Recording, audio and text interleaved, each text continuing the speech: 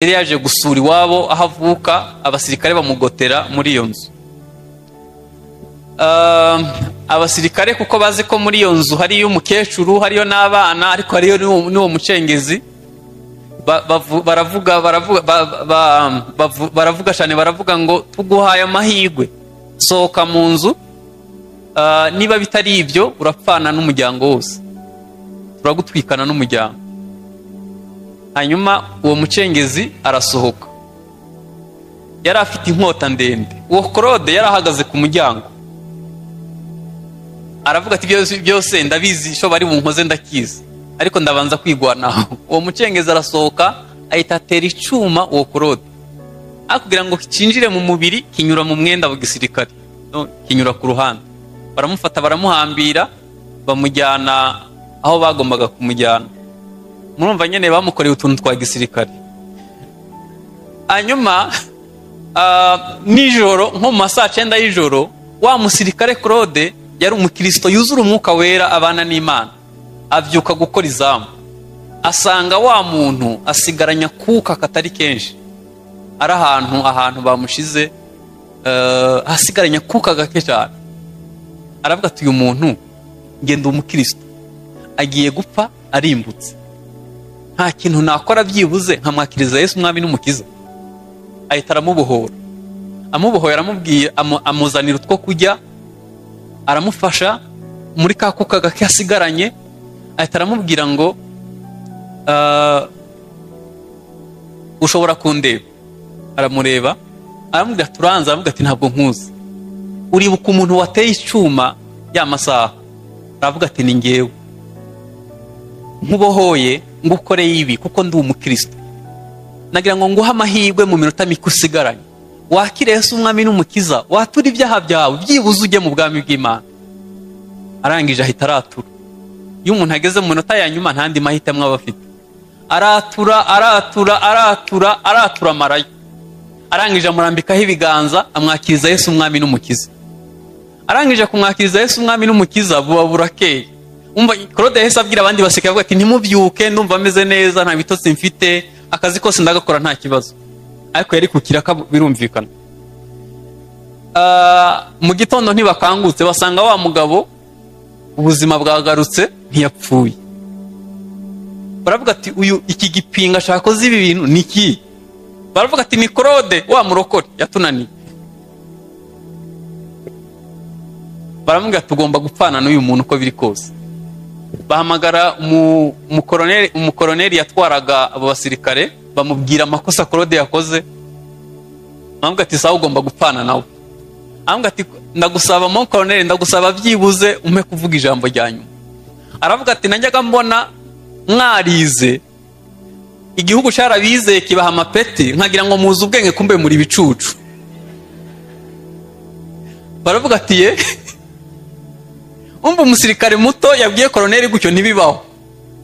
Aravuga ati uyu muntu mugiye kwicira hano ni wazi intwaro zose aho zitabye, ni wazi abacengeza aho bari, none mugiye kumwicira hano nta n'ikintu atubwiye. Ubu se mumfashije igihugu ni iki mukoze? Koroneri aravuga ngo uzi ko ari byo. Bahise bahamagara muri Eta Majoro, bazana indege, baramupakira, baramujyana. Nagira ngo mbabwire ko uwo muntu yari agiye gupfa urwo rupfu, ubu ni umushumba w'itorero. Yakiriye Kristo umwami n'umukiza, akorera Imana, kuko Claude yakiranutse mu gihe kitari cyo gukiranuka. Iyo yari inshuro ya mbere. Inshuro ya kabiri bagiye kugwana ahantu ku mupaka wa Tanzania, n'ahantu habereye intambara kuko byari bitoroshe. Hanyuma bariho baragwana, hari ahantu banyuranye igihumeka cyose kigahura n'ikibazo. Niho ndababwira ko ibidutsinda hari abandi babitsinze, babinyuramwo bemye, kandi bashobora kwera imbuto mu gihe kitari cyo kwera imbuto, gukiranuka mu gihe kidashoboka ariko ugakiranuka. Bagiye hari ahantu bagwaniye, abacengezi bari hakurya, abasirikare ba leta bari hano, bararasana. Mu gihuru kirimo hagati aho harimo umugabo uryamanye n'abana n'umudamu muri icyo gihuru. Bararasana, umugabo urusaku rw'amasasu rubaye rwinshi, ava mu gihuru ariruka, ahura n'amasasu bihuriramo. Mu gihuru hasigarayo umudamu n'abana. abasirikare barimo kugenda bareba uko urugamba rwagenze, bahita bagwa ku bana n'umudamu bahahamutse. Ubwo abasirikare b'abapagani bahita badesida kubica. Claude aravuga ati nimubica nzabivuga, ntibibaho, aba bana ntaco bazira. Noneho abasirikare bavuga ati okay, uzamenye uko ubigenza. Claude ahita afata akana k'agahinja k'amezi 6 agashira mu mugongo, aragaheka n'imbunda, afata kandi agafata mu ntoki. Hanyuma abasirikare bahita baramuta, asigara wenyine, kandi hari mu bacengezi bimeze nabi. Arakazamukana imisozi, arakazamukana utwo twana tuzamukana, atugeza harara, adushira ku kamatera ke. Arangije adushakira igikoma, utwo twana turabaho. Wa mudamu nawe mama wabo bamujyana mu yindi nkambi hirya. Nyuma y'amezi 6 Claude afite uruhinja mu ntambara. Uruhinja rwarakuze rumeze neza. Arabaririza amenya aho wa mudamu ari mu nkambi, ahita asubirayo. Amuga ati madamu bimeze bitaravuga ati abana banjye bose barapfuye, umugabo wanjye nawe yarapfuye. Baramuganira, aramwumva, amusigaho. Buke yaragaruka. Amuga ati ariko byibuze nta gakuru wawe uramenye ko abana baharavuga ati nta gakuru abana banjye barapfuye. Amuga ati nifuza kumperekeza nkakujyana mu yindi nkambi ahandi hantu, hanyuma nzakubwira ibindi tugezeyo. Arangije ahita muhuza n'abana be, amusubiza abana be, afata udufaranga tw'umushahara tw'umusirikare muto aramuhingishiriza. Ubuhamya babuduhaye, Claude yakoze ubukwe, uwo mudamu yazanye n'abana be, bamutahiye ubukwe. Nubwo dukiranirwa, hari abandi bakiranuka mu gihe kidashoboka. Agakuru ka nyuma nshaka kubabwira kubwo gukiranuka. Hari umumama yarashatse ntiyabyara, yaradakijijwe n'umugabo adakijijwe. Bagiye kwa muganga basanga umudamu ari ufite ikibazo. Umugabo akajya gusambana hanze, bigeze haravuga ngo ariko mada, ubundi ko njya gusambana isho nshaka n'abana, ubundi nazanye umugore wa kabiri kuzi ko ari utabyara. Ariko hagati aho umudamu yakire Yesu umwami n'umukiza. Noneho bigeze aho umugabo aramubwira tumva rero nafashe icyemezo, inzu ni yanjye, ngiye kuzana umugore wa kabiri. Hanyuma urahitamo ibintu bibiri, usubira iwanyu cyangwa nabwo wimuka uve hano ujye mu cyumba cy'abashitsi. Kandi ndahita nirukana, ni ufata icyo cyemezo ndahita nirukana umukozi, ubwo uzahinduka umukozi wacu. Umudamu yari umukristo yuzuye umwuka wera, yize gukiranuka ku gato na kanini. Ahita aragenda arasasa mu cyumba cy'abashitsi, arapfukama, aravuga Yesu ndagushimiye ko ngiriye icyizere, ugahitamo ko ngeragezwa n'iki kigeragezo. Aramubwira ngo ndakwizeza ko nzaba uwo kwizegwa, nta muntu n'umwe azabimenya, kuzageza igihe uzambwira impamvu mbuze uburenganzira bwanjye, atari njye wibujije kubyara. Umudamu nimugoroba agiye kubona umugabo atahanye n'akana k'agakobwa kakiri gato, bahita binjira mu cyumba. Mu gitondo arabyuka, arakoropa, arangije ateka icyayi, ategura ku meza, aragenda arabakomangira. Aravuga ngo mubyuke mujye muri dushe nashizemo amazi. Ndahira ko abaye wowe utayabamenaho. Kuyashusha byo wayashusha ndabizi, ariko wayashusha, ariko icyo yakora ni wowe ukizi. Ibyo yarabikoze ukwezi kwa mbere, ukwa kabiri, ukwa gatatu. Mu kwezi kwa 9 wa mudamu wa kabiri ubwo yarasabye nyine akihagera, amuherekeza kubyara nkaho wagiye ngo ni muri umunawe, amukorera byose bakorera ababyeyi. Nyuma y'amezi 3 umudamu yarabyaye. Imana ibwira umudamu ngo nkurikije kwihangana kwawe, nkurikije uko witwaye mu kigeragezo, uyu munsi ndagutabara. Ariko reka mubaze, nk'ubu nkatwe yadutabara ihereye kuki? Kuvuga neza, ko wihangana, gukorera Imana. Hari ibintu Imana ishingiraho iyo ijya gutabara. Hari ibintu Imana ivuga ukabona nta nzira. Umudamu uheruka kubyara ugezweho, Imana iragutabara. Ariko wa mudamu nimugoroba yagwanye n'umugabo mu cyumba hafi kwicana.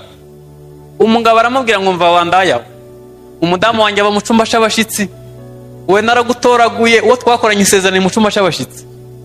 Ahita aramwirukana, ahita ajya imbere y'abo mudamu warapfukama aravuga ngo madamu narakwishe wanga gupfa, ibyo nagukoreye ntibibaho, birashoboka ko wambabarira? Ambwa ati nakubabariye umunsi mva mu cyumba cyanjye, uri uriya munsi narakubabariye, niyo mpamvu ubona nakoropa nishima nkabashira amazi muri dushe, nuko nakubabariye. Arangije kwihana ahita afata telefone ahamagara umuryango we wose n'uwabo wa madamu, bateraniriwe nimugoroba, apfukama imbere yabo ararira. Umva ngo abagabo amarira atemba ajya mu ndi, wafashwe n'umwuka wera ajya hanze ararira asaba imbabazi, avuga ibibi byose yakoreye umudamu we.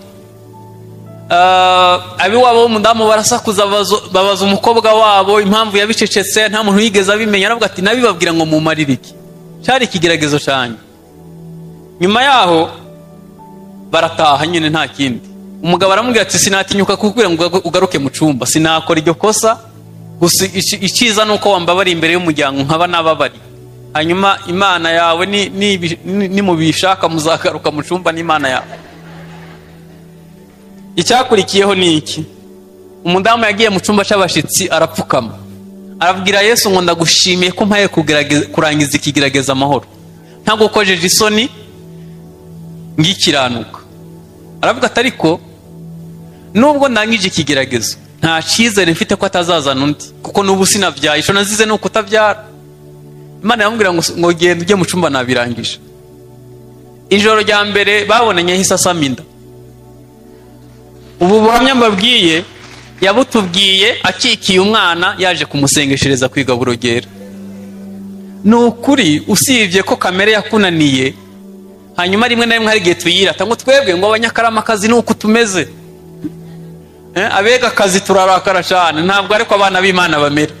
Iyo umuntu ahindutse abicaremwe ibya kera biba bishize.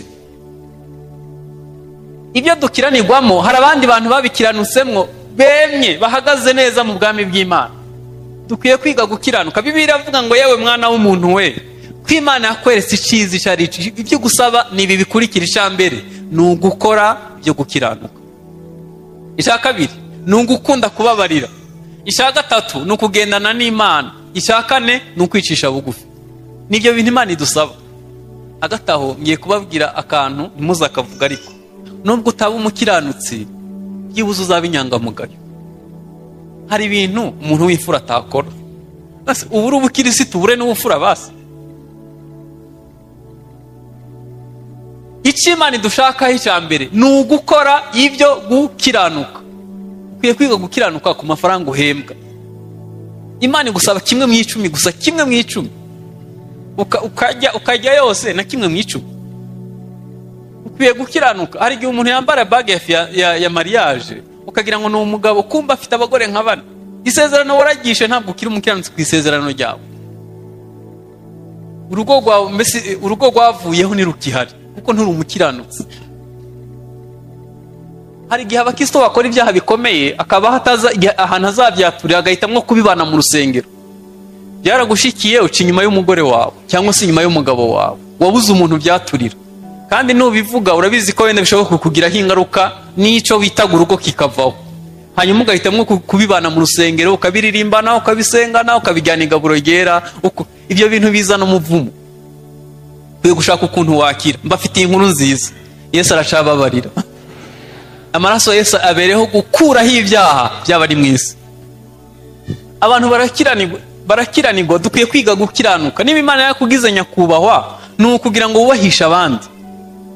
Ukwiye kwiga gukiranuka ku biryo byawe. Yewe ntabwo ndumva ukuntu umukristo agura umufuka w'umuceri akawujya wose akawurangiza, nta sahani ahaye umukene, ukiyongeza umufuka wa kabiri. Imifuka 100 wariye ni 0, isahani wahaye umukene uzayisanga mu bwami bw'Imana. Ntabwo mbyumva. Ntabwo numva ukuntu umukristo yambara imyenda 50 mu kabati kandi hari umuntu muzi usengana nawe utagira umwenda wo kwambara. Ntabwo uri umukiranutsi. Twe mu rusengero twakira abantu bashima Imana buri cyumweru. Ndashima Imana ko narongowe nazamutse mu ntera sinkigendaje amaguru, byiza cyane. Ariko imodoka yawe Imana ifitemo inyungu. Ukiranuka ku modoka yawe. hari ubwo tunyura ku bantu babuze uko bajya ku kazi kucapa mu gitondo twazamuye ibirahuri twumva radiyo twenyene, nawe ngo wazamutse mu ntera. Nta ntera y'Imana iri, nta nyungu y'Imana iri mu modoka yawe. Ntabwo wize kuba umukiranutsi. Ukwiye kwiga gukiranuka no ku mwanya. Ni gute umuntu areba filime ya Seburikoko amasaha 3 adashobora gusenga isaha yose? Ni gute umuntu areba umupira iminota 90 adashobora gusenga byibuze iminota 30? Ntabwo uri umukiranutsi. Dukwiye kwiga gukiranuka ku gato no ku kanini. Igihe nakora ubukwe nararize muzi ikintu cyandijije. Numvaga bindenze ukuntu nkoze ubukwe nkiri umusore ntarahemukira Yesu. Nakirirwa mfite imyaka 10 kugeza ku myaka nakoreyeho ubukwe nari nkiri umuntu w'Imana. Akenshi dusezeranya ubukwe bwanduye. Kandi nigeze kumva kanoni hano yavuze ikintu ntashobora kuzibagira. Yaravuze ngo nutwagwa n'umuhungu wa Satani, so ubukwe naza kugusura ntuzinube. Ni kanoni yabivuze. Ukwiye kuba umukiranutsi no mu busore bwawe no mu bukobwa bwawe, ukazakora ubukwe bwera uri umukiranutsi. Kuko ari igihe bakurambikaho ibiganza byera warashizemo akadodo k'umukara. Kandi kuko uba utangiye umuryango mushasha, ubwo ubutangiriye ku muvumo uzagira no ku bisekuru byinshi. Dukwiye kwiga kuba abakiranutsi. Gukiranuka birashoboka. Nta nubwo ari imibare. Gukiranuka ntimubyumve nk'ibintu bikomeye bidashoboka. No, ni imibare yoroshe. Uwiteka mucamanza yambonyeho amaraso, ntancira urubanza rubi, anyita umukiranutsi. Nukwibuka ko muri kamere yacu barimo gukiranirwa, ugasaba amaraso ya Yesu yagushoboza guhinduka umukiranutsi. Nabwo bikomeye.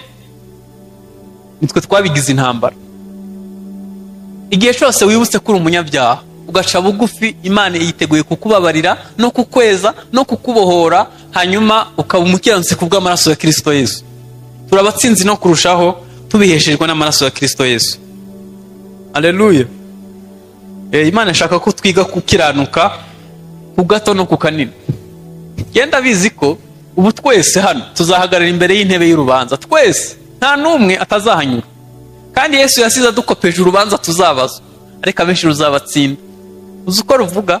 Nari nshonje, nari umushitsi, nari nambaye ubusa, nari mfunzwe, nari ngwaye. Hanyuma ubwo nibwo rubanza yasize arudukopeje, ariko abenshi ruzabatsinda. Dufite abakristo bangahe ateka ibiryo akabijyana kwa muganga nta muntu we agwariyeyo? Dufite abakristo bangahe ateka ibiryo akabijyana kuri gereza nta muntu we afungiyeyo? Dufite abakristo bangahe bibuka ko dukwiye no kwakira abashitsi neza? Ubushize hari ikintu twakoze caranyumije. Igihe bagenzi bacu b'i Burundi bagira ibyago bagahungira mu Rwanda ari benshi, amazu yose yahise azamura ibiciro. Ko niko twabakiriye. Kandi hari igihe twamaze imyaka 30 turi impunzi, ariko bene wacu bagize ibyago amazu yose yahise azamuka. Ubwo ntabwo ari ubukiranutsi. Ukodesha ni byiza, ariko ku giciro mu by'ukuri cyari gisanzwe. Ntuprofite ibyago by'abandi kugira ngo, ntabwo ari ubukiranutsi. Dufite hari abandi barenze urwego rwo gufasha umuntu umwe. Ashobora gufata amafaranga akajyana muri minisante akavuga ngo ba bantu bafungirwa mu bitaro babuze ubwishu, ba bantu bagira ibigwara bituma bajya mu mahanga, muzabadufashiriza. Ntategereje kamera, ntategereje abanyamakuru bazamukomera mu mashi, akaba bikije mu bwami bw'Imana. Ubu ngubu tugeze mu kwa 4. Ngewe mu buzima busanzwe nkora itangazamakuru. Iyo bigeze mu kwa 4 bahita baduhamagara. Amatorero nibo mvuga, muze tugiye gufasha imfubyi, batwaye iki? Kawunga n'amasabune n'ibishimbo. Ariko reka mbabaza, kawunga twabasigiye mu kwa 4, niyo bakijya kugera mu kwa 4 hagati aho kuki ntawe usubirayo? Mutekereza ko ishi imfubyi zikenera kawunga? Kawunga yakagombye kuza yiyongera ku bindi byinshi imfubyi zikeneye. Niba ari ikintu kibabaza imfubyi no kuva ku ishure watsinze ntawe kubaza birete, nugushaka gushingirwa udafite uzakuvugira ijambo, nugukora amakosa udafite uguhana. Dufite abantu benshi birirwa bamanitse amaboko mu rusengero basaba Imana umugisha, ariko umugisha ntusengerwa, umugisha urakorerwa. iyo ukoreye urihuta, ariko iyo usengeye utinda kuza. Rero amatorero yatwigishije gusengera umugisha, ariko ntibatwigishije gukorera umugisha. Ntekereza ko ababyeyi bagiye bajya mu mazu y'imfubyi bakavuga ngo nubwo mwamaririje muhumure turahari tuzababera ababyeyi, waba baruhuye kuruta kubaha kawunga. Ariko nababwiye ko icyo tuba dushaka biba ari amafoto. Dukwiye kwiga gukorera Imana tukaba abakiranutsi ku gato no ku kanini. Hanyuma indi mbuto ni imbuto yitwa kugwa neza. Bibiliya avuga ngo gukiranuka bishira ishanga hejuru, ariko iyo abantu babaye abakiranirwa abantu bashobora kurimbuka. Ibaze nk'umujyi wa Kigali ufite abakiranutsi bangana nko kumungana, mbega imiryango yazaba myiza. Ukigisha abana gukiranuka kuva bari mu nda bakambakamba. Abisirayeli ukuntu barera abana babo bigiye byaramfashije. Iyo umudamu w'umwisirayeli atwite, umugabo afata umwanya cyane cyane ku isabato agasoma ibitabo 5 bya Mose avuga cyane. Narababajije kubera iki mubigenza gutyo. Baravuga ngo umwana iyo ari mu nda aba yumva kuruta igihe ari hanze. Hanyuma byibuze umwana w'umwisirayeli atangira gardienne azi ibitabo 5 bya Mose ku mutwe. Niyo mpamvu utapfa kumuhindura. N'abantu bakomera ku muco wabo wa Kiyuda. None twebwe tubareresha filime, tubareresha izisobanuye, tujya gushaka umugati n'ubuzima busanzwe ntituzi zirebye iwacu. Ntekereza ko mu myaka iri imbere tuzagira abantu biturikirizaho ibisasu, kuko iyo umuntu akina filime, cyambere nta filime itagira montage. Hanyuma icya kabiri, iyo umuntu ajya kwandika filime aba inspiré nkuko umuntu ategura ijambo ry'Imana. Umwuka uri inyuma y'uwakinye filime niwe uzafata uyireba. Niyo mpamvu mbese ibyo bintu byose bihinduka uburozi mu mitwe yacu. Hanyuma imbuto ya kabiri ni imbuto yitwa kugwa neza. Ubugwa neza musobanure gute? Sinabona amagambo mbivugamo, ariko Imana ishaka ko duhinduka abagwa neza.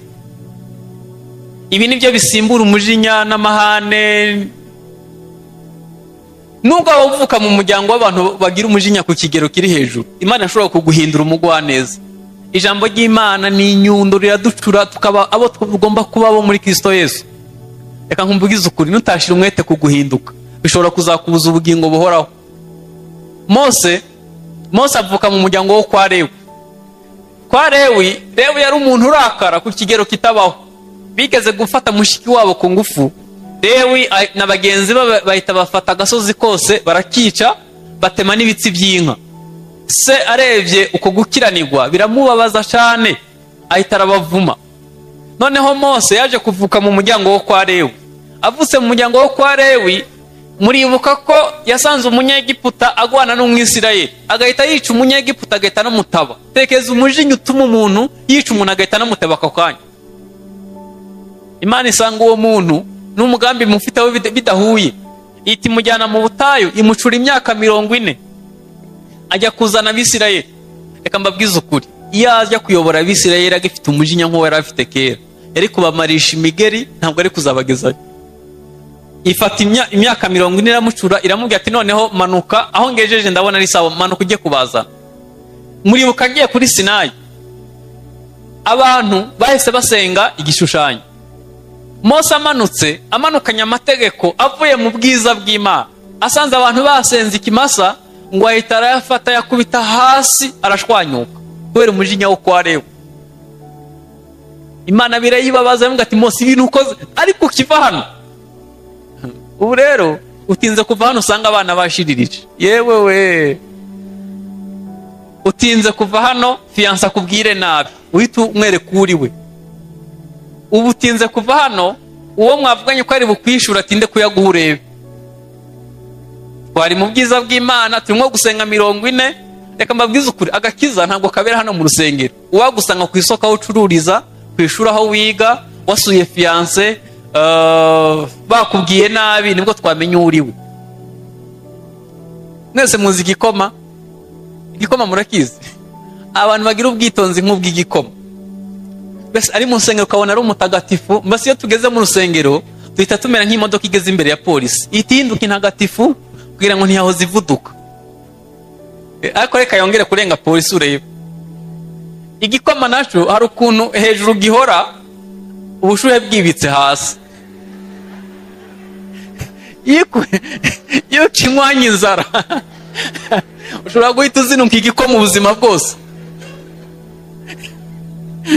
kigukorera ibintu bibi. Abantu iyo basanze mu rusengero bahimbaza bakorera Imana wagira ngo ni bene data, yewe we umunsi umwe ashobora kukwereka habera umuntu ko atigeze ahinduka umugwa neza. Mose avuye mu bwiza bw'Imana iminsi 40 ahita amena amategeko. Mana mbwa ati garuka nguhaye igihano, amabuye yo kwandikaho urayikorera, hanyuma nyewe ndagutera inkunga yo kukwandikiraho.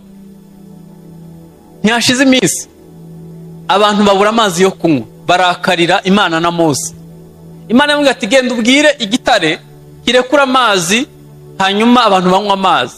Ageze avuga ati mwabantu mutumva, ngewe naro ndishobora kubakurira amazi muri iki gitare. Agikubita gatatu kose. Amubwira ati ariko Mose, nta nubwo ugeze igihe udashobora kwerekana kwera kwanjye muri aba bantu, ntuhishe n'ingeso yawe byibuze. Amubwira ati mba rero ngiye kukwica, hanyuma nkwihambire, hanyuma abandi bazakomeza. Mose ntabwo yinjiye mu gihugu cy'isezerano, yamugejejeho mu buryo bw'umwuka, ariko mu buryo bw'umubiri ntigeze agera mu gihugu cy'isezerano. Iramwica, iranamwihambira. Reka nkubwize ukuri, ingeso twanze guhindukaho zishobora kutubuza ubugingo tutarebye neza. Birashoboka ko umuntu ahinduka akaba umugwaneza, birashoboka. Dukwiye gusaba Imana mbese aho bikugorera nawe urahazi, ariko Imana igihindura umutima umuntu akaba uwo atarari we abiheshejwe n'imbaraga z'umwuka wera. Imana ikunda abantu bayibwiza ukuri. Ujye ubibwira ngo Mana, iyo ngeze aha biranga, iyo ngeze hano mpita mba umunyakarama, mpita mba umuhindiro, mpita mba umwega nkaba umunyiginya, iyo ngeze hano bita byanga. Ujye ubwiza Imana ukuri, Imana izagufasha. Imana ni papa, ni umubyeyi, iyo ubwije ukuri irabyumva. Bibwira ati iyo madamu yambwiye nabi sinihangana, cyangwa se iyo umugabo wanjye ansubije gutya niho nsindigwa. Ujye ubibwiza ukuri, yiteguye kugufasha. Ari imfashanyo y'Imana. Haleluya. Ku bantu babwiza Imana kuri. Indi mbuto ni imbuto yitwa kwirinda. Iyi mbuto yitwa kwirinda mu by'ukuri ni imbuto nziza. Abarokore bamenye kuyikoresha, ntabwo yakora mu mwuka gusa, no mu mubiri nabwo yakora. Kwirinda ntabwo nabona amagambo mbivugamo, ariko ntekereza ko ari discipline. Ni ukugira ikinyabupfura, ukagira discipline mu nzira ijya mu ijuru, ukorohera umwuka wera, hanyuma ukirinda ibintu byose. Baca umugani mu Kirundi bakavuga ngo ubyinana na mukeba ntahumbya. Mukeba nta mikino aba afite. Hanyuma iyo utabaye maso ashobora kugukorera akantu kumye. Hanyuma iyo uzi kubyinana na mukeba rero ntabwo uhumbya. Mumenye ko tugwana n'isi na Satani n'umubiri. Dufite mukeba yitwa umubiri n'isi, kandi ibyo byose bihiga ubugingo buzaragwa agakiza. Niho Bibiliya ivuga ngo nk'akarungu mu mahwa niko umukunzi wanjye ameze mu bandi.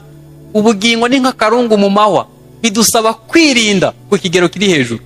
Kwirinda mu byo ureba. Ariko reka mbabaza, abantu bareba televiziyo bari hano bazamura ibiganza. Abantu bareba televiziyo bazamura ibiganza. Nanyi wangira hari muzamure. Wow, murakoze. Mwarabonye ko indirimbo zica kuri televiziyo 80% zigisha ubusambanyi, ariko turazireba tukazirebana n'abana bacu. Ejo nari mu mujyi mbona abantu bacuruza amamoto, ku modoka yabo hariho umukobwa yambaye presque ubusa yicaye kuri moto, kandi abakobwa saba motari. Ubwo baba bashaka kuvuga iki? Barazi ko intege nke z'abagabo aho ziri ni ku maso, bagahita bashaka umukobwa yambaye nabi bakamwishaza kuri moto kugira ngo moto igugwe. Iyo niyo publicity itangazamakuru nicyo rivuze. Bamenya hari intege nke.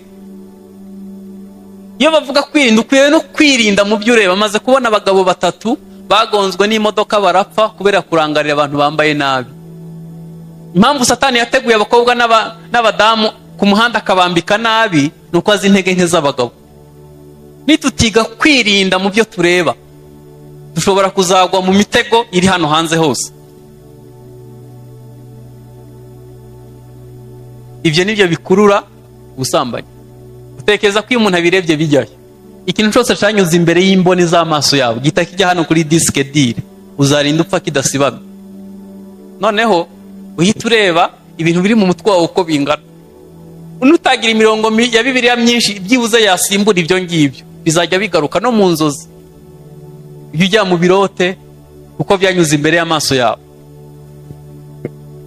Imbuga za WhatsApp turiho ni ibiki biriho, amakuru ariho n'ayari. Dukwiye kwiga kwirinda n'ibyo dusoma, ukwiye kwiga kwirinda n'ibyo wambara. Ningeze kuva kuri radio Umushikiri muri City Plaza, manutse ngeze hasi mbona abamotari bahakunda guparika abamotari, mbona bose barangaye. Hanyuma nanjye ndareba, nyine nararebye, umva icyambabaje, sanga ni umuririmbyi w'iwanjye mu rusengero yambaye nabi. Nawe tekereza umuntu urangaza abamotari mu mujyi, ziko bagira imyenda bazana mu rusengero niyo bajyana mu mujyi. Ndababara mpita nkura y'amaso vuba kugira ngo atambona byibuza akansuhuza bakamenya ko tuzinanye. Ndavuga mana yanjye we, ariko urebye ku cyumweru